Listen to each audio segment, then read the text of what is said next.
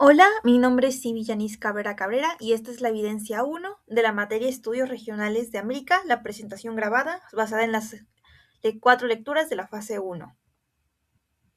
Bueno, como introducción eh, a este tema de América, su memoria, la conquista y después de la independencia, puedo decir que durante siglos la historia de América fue contada como la llegada de Europa a un nuevo mundo, vacío y salvaje. Hoy, nuevas investigaciones descolonizadas nos obligan a reescribir esta narrativa. Este viaje no comienza en 1492, sino decenas de miles de años antes, y no termina con las independencias, sino que abre un nuevo capítulo de luchas por la soberanía real. Bueno, para empezar, vamos a ver la América antigua, un continente milenario y sofisticado. Este capítulo se nutre de la nueva historia descolonizada de América, que nos narra que durante mucho tiempo se creyó que el poblamiento del continente fue tardío, con la llamada cultura Clovis hace unos 13.000 años. Sin embargo, descubrimientos recientes en sitios como la cueva Chiquilhuite en México retroceden a esta fecha hasta hace unos 26.500 años, y estudios genéticos sugieren oleadas migratorias mucho más antiguas. Lejos de ser un territorio escasamente habitado antes de 1492, América albergaba una asombrosa diversidad de culturas complejas. En los Andes peruanos, la civilización de Caral floreció hace 5.500 años construyendo pirámides y una sociedad urbana contemporánea a Sumeria 3.000 años antes de la Grecia clásica. En la Amazonia no había una selva virgen, sino selvas antropogénicas creadas por grandes civilizaciones que domesticaron plantas, generaron el suelo fértil de la tierra preta y sostuvieron poblaciones de millones de personas. Los mayas, revelados por la tecnología lidar, tenían ciudades gigantescas e interconectadas con una población que pudo superar los 10 millones. El imperio inca era el más extenso del mundo en 1492 y el maíz, una creación genética mesoamericana, es uno de los legados agrícolas más importantes de la humanidad. Esta riqueza civilizatoria con sus 180 familias lingüísticas frente a las 8 de Europa fue sistemáticamente negada por el discurso eurocéntrico posterior para justificar la conquista. Bueno, la conquista, la imposición del discurso y la fragmentación. El descubrimiento fue, en realidad, el inicio de una invasión que implicó diferentes actos de colonización.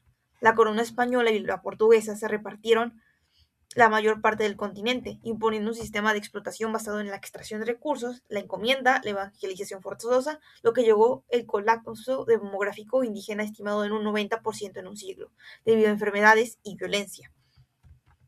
Mientras que en el norte del continente, Inglaterra, Francia y los Países Bajos establecieron colonias de poblamiento y comercio con modelos distintos, pero un impacto igualmente devastador para los pueblos originarios. Este proceso no fue solo territorial, sino cultural. Se construyó un relato que presentaba a América como un espacio atrasado, casi deshabitado, cuyos pobladores eran salvajes, sin historia ni contribución a la humanidad. Este discurso, como analiza la nueva historia descolonizada, sirvió para legitimar el genocidio, el etnocidio y el saqueo que duró siglos. Bueno, vamos a la siguiente. Dice, las independencias. ¿Estas fueron una liberación nacional o una guerra civil? El siglo XVIII vio nacer el primer estado moderno en el continente, pero no en el sur, sino en el norte. La independencia de las 13 colonias británicas en 1776 creó los Estados Unidos, fundado por los padres fundadores bajo un sistema político republicano y federal.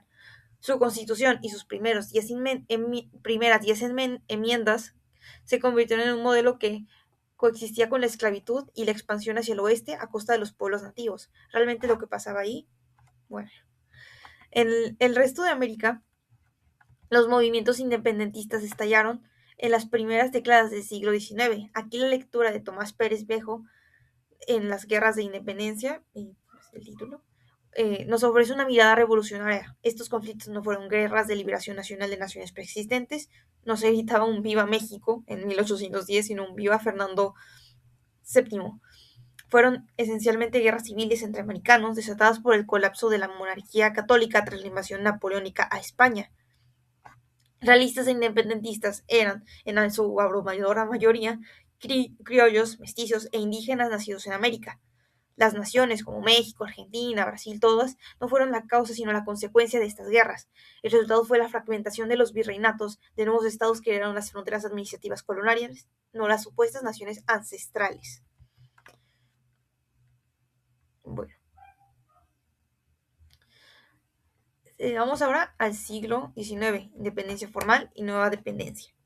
Lograda la independencia política, los jóvenes repúblicas enfrentaron el desafío de construir estados-nación en un mundo dominado por potencias imperiales.